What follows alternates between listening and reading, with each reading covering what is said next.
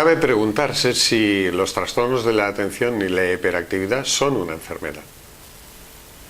Porque poco a poco se han ido concibiendo así.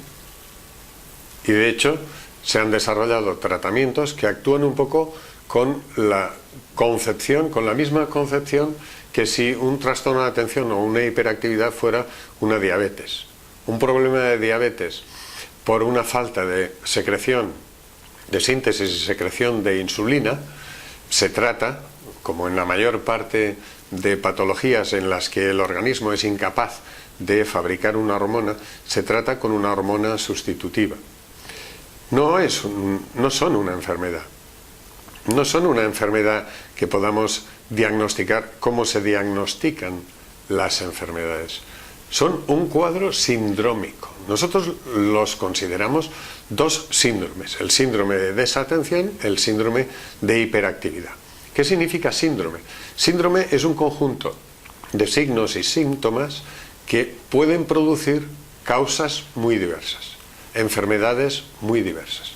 Un ejemplo conocido por todos es el de la fiebre. La fiebre no solo es aumento de temperatura. Se define como síndrome febril porque es un conjunto de signos y síntomas. Aumento de temperatura, decaimiento, malestar general, hipersensibilidad, todo te molesta, no tienes apetito, dolores musculares generalizados. Todo eso es lo que constituye el síndrome febril. Y al síndrome febril podemos llegar por caminos muy distintos. Desde un tifus, un cólera, una neumonía o simplemente un cuadro catarral más o menos banal que se haya complicado con algún componente vírico. Todas esas circunstancias tan distintas, todas esas patologías tan distintas tienen un elemento en común, que es el síndrome febril. Producen ese cuadro de malestar, decaimiento, aumento de temperatura, etc. Entonces, ¿qué hay que hacer en esos casos? ¿Qué sabemos que hay que hacer en esos casos? ¿Tratar solo la temperatura? No. Hay que tratar la causa. Si nos limitamos a tratar la temperatura y detrás tenemos un proceso grave, lo único que haremos es irnos acercando progresivamente a la muerte sin darnos cuenta. Sin temperatura, sin dolores, pero con una neumonía galopante que va avanzando y que cada vez va afectando mayor cantidad de parénquima pulmonar.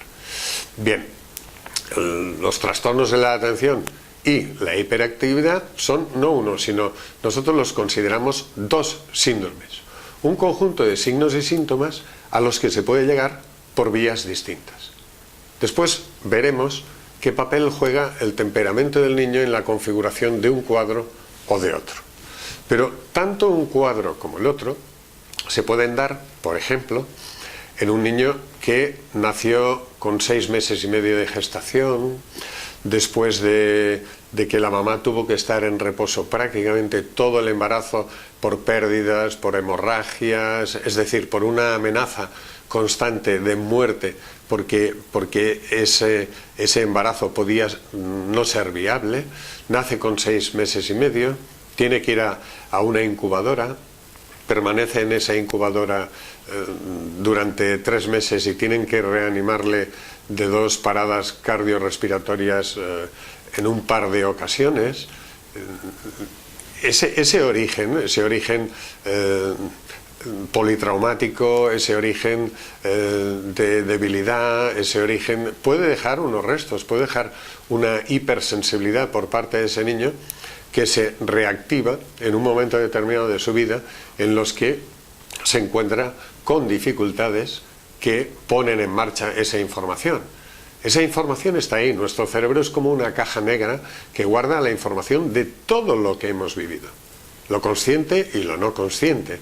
A mi cerebro llegan en este momento informaciones sobre mi presión arterial, el nivel de hidratación de los medios intra y extracelular, sobre mis niveles de glucosa. Yo no me entero, porque tengo esas estructuras automáticas que resuelven esa información, pero esa información queda ahí, queda codificada. Y en un momento determinado mi organismo utiliza una información que tiene, que le ha servido para resolver en un momento determinado un problema, y la activa para resolver otra vez ese problema. Eso no es más que lo que hacemos frente a las infecciones. ¿Por qué vacunamos a los niños? Vacunamos a los niños para enriquecer su banco de datos con una serie de informaciones que tienen que ver con unas determinadas bacterias y unos antígenos, para que ese organismo aprenda a reaccionar. Y la sexta vez que nos enfrentamos a una misma enfermedad, lógicamente nuestro organismo tiene mucha más experiencia para resolverla. Es decir, hay todo un bagaje de información que está ahí, que forma parte de nosotros, que está presente, que probablemente pudiera explicar la mayor parte de fobias o problemas importantes que tiene el ser humano. Claustrofobias, por ejemplo. ¿Cuántas personas tienen claustrofobia y nunca se quedaron encerradas? Desde que son conscientes, nunca se quedaron encerradas y con sensación de ahogo en ningún lugar. Pues bien, una gestación en esas condiciones, un nacimiento que afortunadamente acaba permitiendo que ese niño sea viable, porque es un niño que en un mundo primitivo hubiera fallecido sin duda, muchas veces crea un determinado terreno. El niño adoptivo, ese niño adoptivo que los padres adoptaron con 2 años y que vivió unos primeros 2 años, bueno, gestación y 2 años de vida auténticamente infernales, y que en esos 2 años vivió ya situaciones traumáticas de una magnitud y de una intensidad superiores a las que he vivido yo a lo largo de toda mi vida. Agresión, rechazo, soledad, peligro de muerte, problemas graves de alimentación, de higiene, niños que han vivido atados. Pero es que resulta que muchas veces nos encontramos con la historia del niño que te explican que hasta los 4 años fue una delicia, no tenía ningún tipo de problema, y que a partir de los 4 años, cuando coincidieron un cambio de domicilio, el nacimiento de un hermano y el fallecimiento de la abuela, que era una persona con la que había estado totalmente vinculado, porque prácticamente es la que había sido su cuidadora durante su primera infancia, a partir de ese momento empezó a desorganizar esa estabilidad, empezó a desorganizar esa forma fácil, agradable, positiva de relacionarse con el exterior para poder ir madurando, y empezó a configurar un cuadro de desconexión, de problemas de atención, o un cuadro de una hiperactividad ascendente. No digamos esa situación frecuente que describen muchos padres del niño que hasta el momento en que empezó a nacer era una delicia, era un bebé rítmico, organizado, comía, dormía, sonreía, tenía unos ritmos estables, no era en absoluto irritado, y a partir del momento en que empezó a andar, después de que todo el mundo le forzara, no le dejara gatear, estuviera en andadores, dándole las manitas, etcétera, con un sistema absolutamente descontrolado, con una inmadurez para controlar los ojos, los oídos, las piernas, su equilibrio. A partir de ese momento muchos padres describen que el niño empieza a convertirse en un torbellino. Puede darse el caso del niño que ha tenido 8 veces otitis en el oído derecho.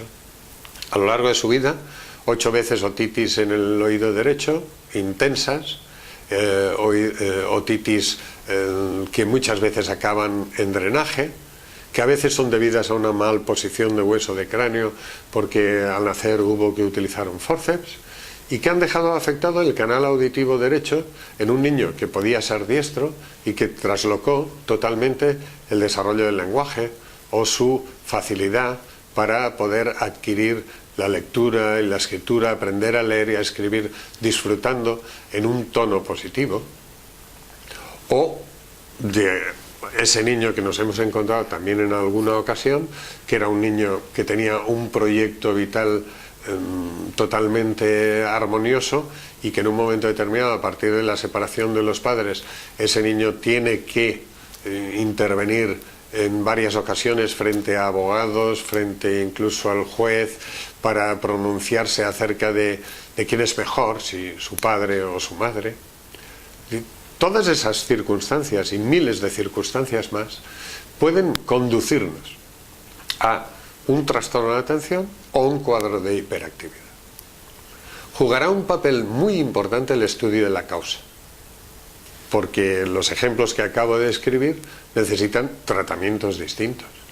Si un niño presenta un cuadro de hiperactividad a partir de los 5 años, con un cambio brusco de biografía, cuando empezaron a introducir la lectura, la escritura, y hasta ese momento él tenía una buena autoestima, se sentía triunfar, aprendía como los demás, podía llegar a casa explicando cosas positivas del colegio, y a partir de ese momento, porque resulta que tiene una ambliopía en el ojo derecho o una ambliopía en el ojo izquierdo, no tiene una buena binocularidad, no sabe mover los ojos, no sabe percibir una unidad dentro de un contexto, empieza a alterarse totalmente su rendimiento, empieza a cuestionarse su propia autoestima, empieza a vivir con el miedo de no ser capaz, porque no sabe por qué los números le salen al revés.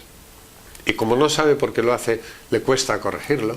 Tiene dificultades para ir adquiriendo la lectura de las primeras palabras, y ve que sus compañeros lo hacen con la misma facilidad con la que aprendieron qué era un triángulo, qué era un círculo. Evidentemente, ese niño necesitará no un tratamiento que incida sobre un determinado neurotransmisor. Ese niño necesitará una terapia visual. Otro necesitará una terapia auditiva o un trabajo de tipo emocional, trabajar con esos traumas de base. Muchos de ellos necesitarán todo un trabajo hecho a través del cuerpo para optimizar el control del laberinto, para enseñarle a trabajar con los dos hemisferios, para hacer que el cuerpo calloso, que es la estructura fundamental que une los dos hemisferios cerebrales y que nos permite vivirnos como una unidad y utilizar esa unidad para analizar información o elaborar respuestas, en muchos de esos casos veremos que el cuerpo calloso está implicado en muchos de los trastornos de hiperactividad o trastornos de atención. Ahí lo que deberemos hacer es estudiar la causa, analizar la causa y poder aplicar un tratamiento causal.